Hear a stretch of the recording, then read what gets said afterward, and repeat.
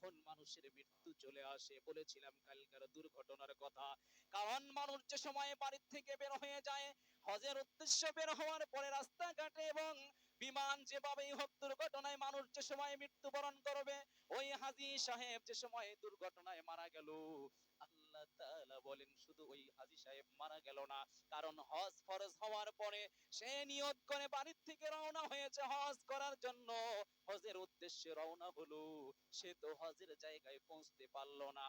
কিন্তু আল্লাহ তাআলা বলেন হজের জায়গায় না পৌঁছলে কি হবে, আমি আল্লাহ তাআলা ওই বান্দার একটি কবুল হজের সওয়াব আমি তার আমলনামায় দিয়ে দিলাম। জোরে বলি সুবহানাল্লাহ।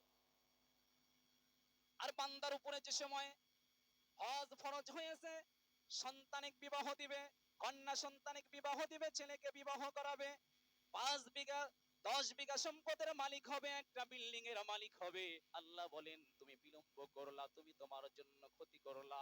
বলা যায় না তুমি যে সময় বাড়ির থেকে বের হয়ে রওনা দিবা, প্রতিমধ্যে রাস্তায় যে সময় তুমি মারা যাইবা, কারণ তোমার যে হজ করা তোমার উপরে যে ফরজ ছিল, এই ফরজ তো তুমি আদায় করতে পারলা না, কারণ তুমি মারা গেলা, কারণ তোমার জিম্মায় একটি হজ রয়ে গেল।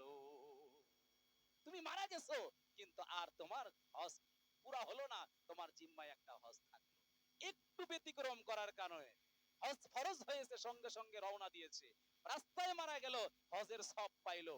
আর 2-4 বছর দেরি করলো, 1-2 বছর দেরি করলো, মারা গেল, হজ জিম্মায় থাকলো, হজ হলো না। তাহলে আমাদের হজ অবশ্যই করতে হবে।